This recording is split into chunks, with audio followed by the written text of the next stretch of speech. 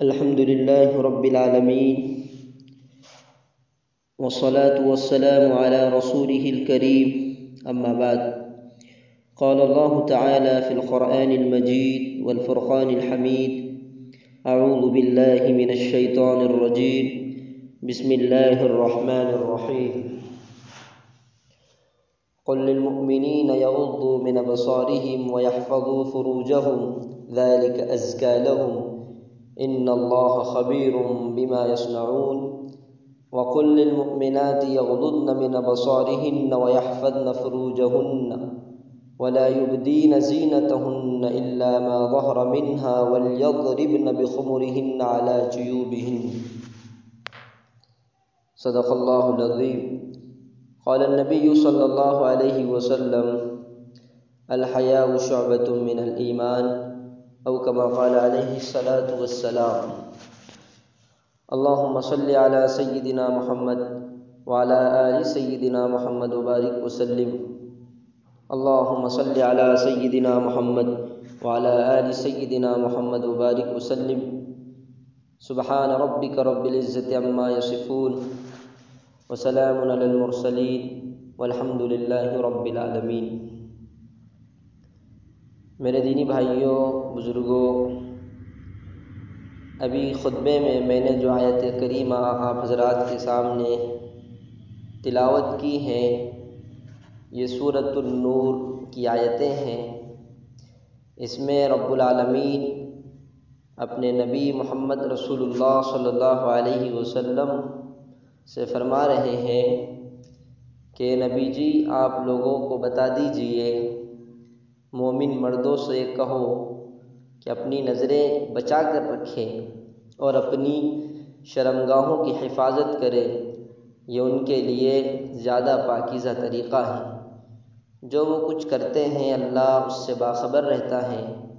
اور اے نبی، مومن عورتوں سے کہہ دو کہ اپنی نظریں بچا کر رکھیں اور اپنی شرمگاہوں کی حفاظت کریں اور اپنا بناؤ سنگار نہ دکھائیں بجز اس کے جو خود ظاہر ہو جائے، اور اپنے سینوں پر اپنی اوڑھنیوں کی آنچل ڈالے رہیں. معزز سامعین، آپ کو یہ بات معلوم ہونی چاہیے کہ اسلام نے شرم و حیا کو انسان کا زیور قرار دیا ہے. عفت و عصمت، پاک دامنی اور اپنی شرمگاہوں کی حفاظت کو انسانی معاشرے کا فریضہ قرار دیا ہے.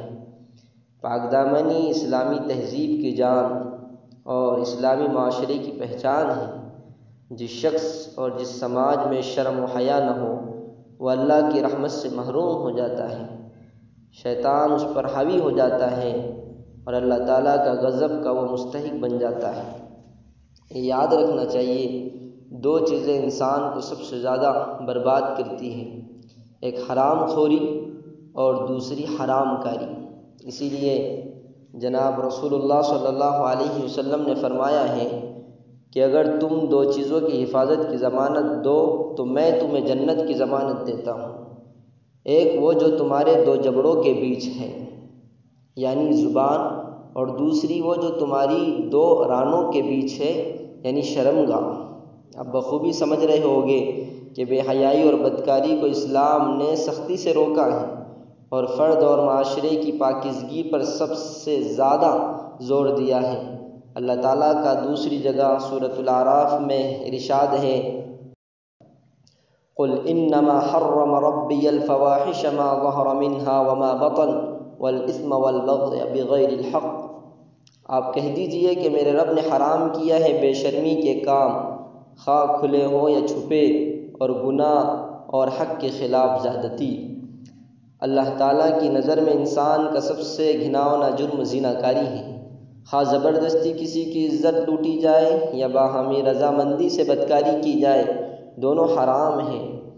اسی طریقے سے اللہ تعالیٰ نے سورہ بنی اسرائیل میں ارشاد فرمایا ہے وَلَا تَقْرَبُوا الزِّنَا إِنَّهُ كَانَ فَاحِشًا وَسَاءَ سَبِيلًا. اور زنا کے قریب بھی نہ بھٹکو، بے شک زنا بدکاری ہے اور برا راستہ ہے. زنا جیسی سنگین اور گھناؤنی برائی ہے، اسی لحاظ سے شریعت نے اس کی سزا بھی سخت اور عبرتناک مقرر کی ہے. یعنی غیر شادی شدہ کے لیے 100 کوڑے اور شادی شدہ کے لیے رجم کی سزا رکھی ہے۔ یہ تو دنیا میں اس کی سزا ہے، آخرت میں اس کی سزا جہنم کا رسوا کن عذاب ہے۔ جیسا کہ معراج کے سفر میں رسول پاک صلی اللہ علیہ وسلم نے زنا کرنے والوں کو آگ کے کنویں میں دیکھا تھا۔ اللہ تعالیٰ نے جہنم کی یہ عبرتناک سزا زنا کرنے والوں کے لیے مقرر کی ہے، حالانکہ یہ سزا تو کافروں اور مشرکوں کی ہے۔ اس کی وجہ یہ ہے کہ شرک اور بدکاری دونوں میں گندگی مشترک ہے۔ شرک عقیدے کی گندگی ہے اور زنا کردار کی گندگی ہے۔ شرک ایمان کا زبان و دل سے انکار ہے اور زنا کاری ایمان کی عملاً نفی ہے۔ چنانچہ رسول پاک صلی اللہ علیہ وسلم فرماتے ہیں، زنا کار جس وقت زنا کرتا ہے اس وقت وہ مومن نہیں رہتا۔ عام طور پر زنا کا ارتکاب کوئی یکدم نہیں کرتا، پہلے نظر اٹھا کر دیکھتا ہے، پھر اپنے دل میں گناہ کا خیال لاتا ہے، پھر گفت و شنید کرتا ہے، پھر اس کے لیے عملی تدابیر کرتا ہے اور پھر اپنی عزت و آبرو کا شیشہ توڑ لیتا ہے۔ اللہ تعالیٰ نے اسی وجہ سے صرف زنا کو حرام نہیں قرار دیا بلکہ زنا کی طرف لے جانے والے راستوں کو بند کیا اور فرمایا زنا کے قریب بھی نہ جاؤ۔ نبی کریم صلی اللہ علیہ وسلم نے فرمایا آنکھیں زنا کرتی ہے، ان کا زنا دیکھنا ہے، اور ہاتھ زنا کرتے ہیں، ان کا زنا چھونا ہے اور پکڑنا ہے، اور پاؤں زنا کرتے ہیں، ان کا زنا اس راستے پر چلنا ہے۔ زبان بھی زنا کرتی ہے، اس کا زنا بات چیت کرنا ہے، اور دل کا زنا خواہش اور شہوت ہے، اور شرمگاہ اس کی تصدیق یا تکذیب کرتی ہے۔ میرے بھائیوں، دوستو، کتنی بڑی سماجی سچائی اور حکیمانہ بصیرت ہے۔ رسول پاک صلی اللہ علیہ وسلم کی اس حدیث میں بدکاری کی نفسیات اور اس کے عوامل اور مراحل کو لوگوں کے سامنے واضح کر دیا ہے۔ اللہ تبارک و تعالیٰ نے زنا کے ان تمام راستوں کو بند کرنے کے لیے مومنوں کو شرم و حیا اور پاک دامنی کے ایسے احکام دیے ہیں جو ان کی شخصیت اور سیرت کو پاکیزگی اور معاشرے کو اخلاقی بلندی عطا کرتے ہیں۔ صاحب کردار وہ نہیں جس نے برائی اس وجہ سے نہیں کی کہ اس کو موقع نہ ملا، بلکہ باکردار مومن وہ ہیں جس کو بدکاری کا موقع ملا مگر اللہ کے خوف سے اس نے بدکاری نہیں کی۔ حضرت یوسف علیہ السلام کی مثال رہتی دنیا تک کے لیے روشن ہے۔ ان کی مالکہ جو حسن اور دولت کی بھی مالکہ تھی، جب برائی کے لیے بلایا تو آپ نے انکار کر دیا، پاک دامنی کی خاطر جیل کی سزا کاٹی مگر بدکاری کا ارتکاب نہ کیا۔ یہ سارے انسانوں کے لیے نمونہ ہے۔ سو سلام حضرت یوسف علیہ السلام کی پاکیزگی پر۔ بدکاری اور بے حیائی سے بچنے کے لیے اسلام کا پہلا حکم شرم و حیا کا احساس و نگاہ کو نیچی رکھنا ہے۔ یہ حکم مرد و عورت، لڑکے اور لڑکیاں دونوں کے لیے ہیں۔ اگر نگاہ میں شرم و حیا نہیں ہے اور مرد و عورت ایک دوسرے کو دیکھ کر لذت سرور حاصل کرتے ہیں تو بدکاری میں مبتلا ہونے کا پورا اندیشہ ہے۔ اسی لیے رسول پاک صلی اللہ علیہ وسلم نے حکم دیا ہے کسی عورت کو بار بار نہ دیکھو، پہلی نظر تیری ہے مگر دوسری نظر درست نہیں ہے۔ اس زمانے میں اخلاق و کردار کی بربادی سب سے زیادہ نظر بازی کی وجہ سے ہے۔ اسی وجہ سے جملہ بازی، چھیڑ چھاڑ اور غیر اخلاقی حرکات سرزد ہوتی ہے۔ بدکاری و بے حیائی سے محفوظ رہنے کے لیے دوسرا حکم اسلام نے مرد و عورت دونوں کو یہ دیا ہے کہ اجنبی مرد و عورت تنہائی میں نہ ملے، کیونکہ جب دو اجنبی مرد و عورت تنہائی میں ہوتے ہیں تو تیسرا شیطان ہوتا ہے جو ان دونوں کے دلوں میں برائی کی چنگاری چھوڑتا ہے، اور یہی چنگاری شعلہ بن کر دونوں کی عصمت کو جلا دیتی ہے۔ رسول پاک صلی اللہ علیہ وسلم کا ایک اور ارشاد ہے کہ کوئی مرد کسی عورت سے اس کے محرم کے بغیر تنہائی میں نہ ملے۔ آج کل تجربہ گاہوں میں، ریسرچ کے نام پر تعلیم گاہوں میں، دفتروں میں، آفسوں میں اور کال سینٹرز پر لڑکیوں اور لڑکوں میں تنہائی میں ملنے کا جو ماحول پیدا ہو گیا ہے اس نے برائی اور بدکاری کی فضا پیدا کر دی ہے۔ اسلام اس کو انسانی شرافت کے منافی قرار دیتا ہے۔ نیز تیسرا حکم اسلام نے یہ دیا ہے کہ شائستہ لباس استعمال کریں۔ لڑکیاں اور خواتین خاص طور پر ایسا لباس استعمال نہ کریں جس سے جسم کے نشے و فراز کی نمائش ہو۔ دوسرے لوگوں میں خواہشات نفس جاگے اور اخلاقی فتنہ و فساد رونما ہو۔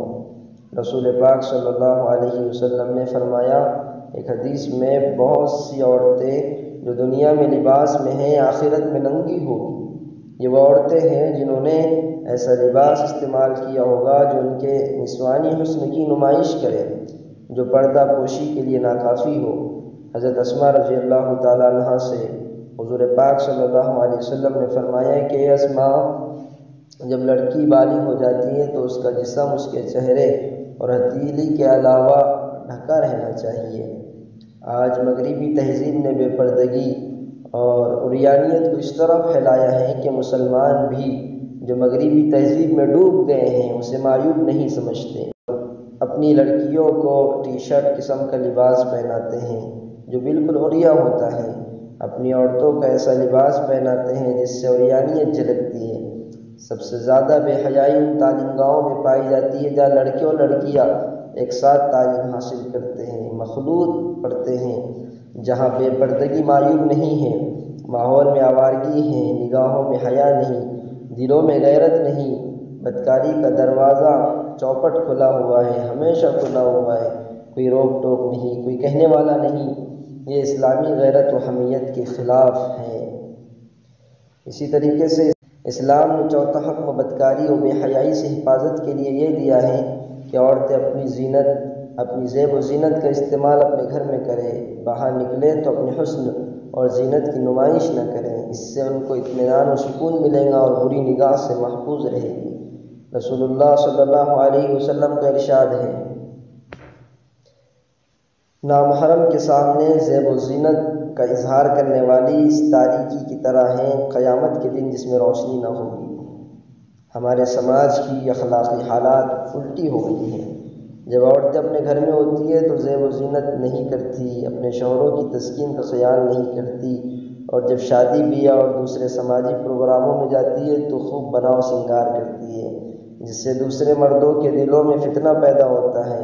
اس ماحول کو بدلنے کی ضرورت ہے۔ میں ان عورتوں کے تعلق سے کہتا ہوں کہ عورتیں جب گھروں میں ہوتی ہے تو بھنگیوں سے بھی بدتر رہتی ہیں، اور جب باہر جاتی ہے تو جیسا کہ اوپر ذکر کیا گیا، اس لیے بدکاری اور بے حیائی سے محفوظ رہنے کے لیے اسلام نے 5واں حکم یہ دیا ہے، یا ایھا النبی قل لازواجک وبناتک ونساء المؤمنین یدنین علیہن من جلابیبہن ذلک ادنی ان یعرفن فلا یؤذین وکان اللہ غفورا رحیما۔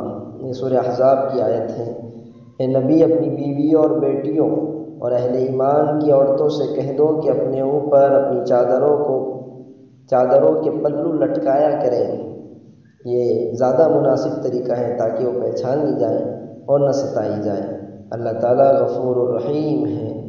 آج کل فلموں نے، ٹی وی سیریل نے، فیشن شو اور مقابلہ حسن کی شیطانی تہذیب نے مسلمانوں کی پاکیزگی کو چھین لیا ہے۔ شرم و حیا اور پاک دامنی جو شریف گھرانوں اور شریف زادوں کی پہچان تھی اب کم ہوتی جا رہی ہے، اور اگر باہر کا ماحول آپ کے قابو سے باہر ہے تو کم از کم گھر کے ماحول کی فکر کیجئے، ورنہ ایمان و عمل سب کچھ غارت ہونے کا اندیشہ ہے۔ اس لیے میرے بھائیوں، آؤ آج عزم کرو کہ انشاءاللہ خود بھی اپنی نگاہ کو پاکیزہ رکھیں گے اور اپنی متعلقہ مستورات کو پردے کا پابند بنا کر ان کی ذہن سازی کریں گے کہ اسلام میں عورت کا کیا مقام ہے، اسلام میں حیا اور پاک دامنی کی کیا فضیلتیں ہیں، اور بے حیائی اور بے شرمی پر کیا کیا وعیدیں ہیں۔ اللہ تعالیٰ سے دعا ہے کہ اللہ تعالیٰ ہم سب کو کہیں سنی باتوں پر عمل کی توفیق عطا فرمائے۔ وآخر دعوانا الحمد للہ رب العالمین۔